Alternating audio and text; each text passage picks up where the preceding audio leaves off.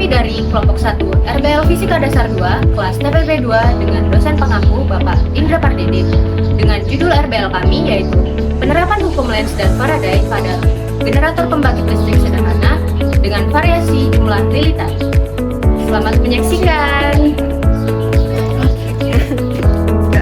Perkenalkan, saya Intan Nuryasana dengan NIM 123290025 dari Prodi Sains Atmosfer dan Keplanetan. Perkenalkan, nama saya Feby Angelina, NIM 123450039 dari Prodi Sains Data. Perkenalkan, saya Deswita Erdian Putri dengan NIM 123450058 dari Prodi Sains Data. Perkenalkan, nama saya Rihadatul Aisy dengan NIM 123270627 dari Prodi Kimia. Perkenalkan, nama saya Firlo Muazzam Surya Putra dengan NIM 123270030 dari Prodi Kimia. Perkenalkan, nama saya Aulia Rizky dengan NIM 123450055 dari Prodi Sains 3. RBL Fisika Dasar 2, Kelompok 1 TPB 2. Penerapan hukum Lenz dan Faraday pada generator PLTB sederhana dengan variasi jumlah lilitan kumparan. Hukum Faraday. Hukum Faraday menyatakan bahwa apabila sepotong kawat penghantar listrik berada pada medan magnet yang berubah-ubah, maka dalam kawat tersebut akan terbentuk gaya gerak listrik. Pada tahun 1833, Michael Faraday menjelaskan penemuan tentang aspek kuantitatif dari elektrolisis yang akhirnya menghasilkan dua hukum elektrolisis Faraday. Rumus Faraday sendiri adalah epsilon sama dengan minus N kali delta flux dibagi delta T. Tanda minus pada hukum Faraday sendiri menunjukkan perbedaan polaritas pada tegangan induksi, yang mana hal inilah yang disebut dengan hukum Lenz. Hukum Lenz. Hukum Lenz merupakan alternatif untuk arah induksi atau GGL induksi. GGL induksi selalu menimbulkan arus yang berlawanan dengan asal perubahan fluks magnetik. Kecenderungan arah arus induksi pada koil telah dirumuskan oleh Friedrich Lenz pada tahun 1834 dengan pernyataan arus induksi akan muncul dengan arah sedemikian rupa sehingga menghasilkan medan magnet yang melawan perubahan garis gaya yang menghasilkannya. Rumus hukum Lenz atau GGL induksi. Secara garis besar, rumus hukum Lenz sama seperti rumus hukum Faraday, namun dapat diturunkan menjadi epsilon sama dengan min B dikali L dikali V dikali sin theta, dengan epsilon adalah GGL induksi, B adalah medan magnet, L adalah panjang kawat, dan V adalah kecepatan gerak kawat. Perbedaan hukum Faraday dan Lenz. Perbedaan yang paling terlihat di antara kedua hukum ini yaitu pada hukum Faraday menunjukkan nilai GGL, sedangkan pada hukum Lenz menunjukkan arah aliran arusnya. Generator listrik. Generator listrik adalah suatu alat yang menghasilkan energi listrik dengan mengubah energi mekanis menjadi energi listrik.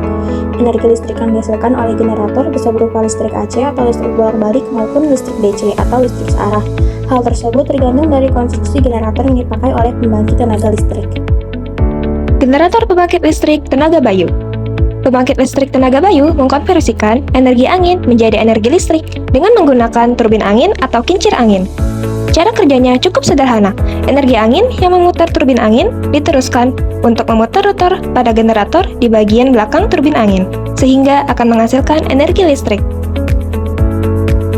Alat dan bahan utama yang digunakan: botol plastik, kawat tembaga 0,6 mm, magnet neodymium, kabel, batang besi, kincir angin, lampu LED, hair dryer sebagai angin tambahan, dan multimeter.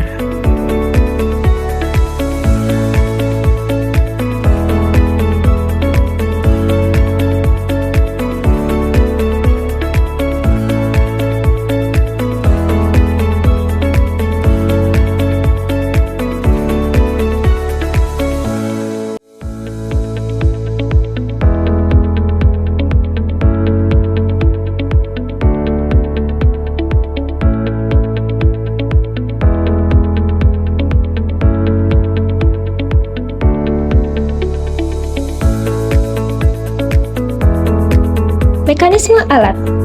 Angin kencang menggerakkan kincir yang terhubung dengan magnet dan kumparan. Lalu, kincir menggerakkan magnet dalam kumparan dan menghasilkan GGL induksi. Oleh GGL induksi, kumparan akan menghasilkan arus listrik yang menghidupkan lampu LED.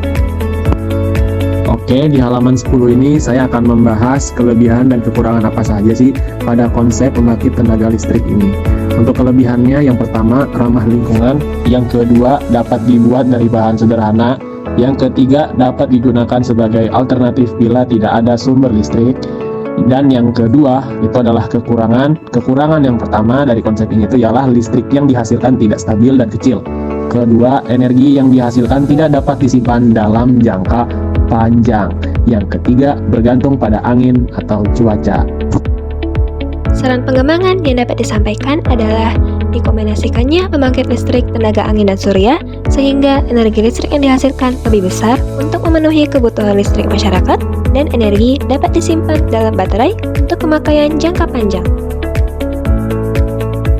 Berikut adalah sumber yang kami gunakan.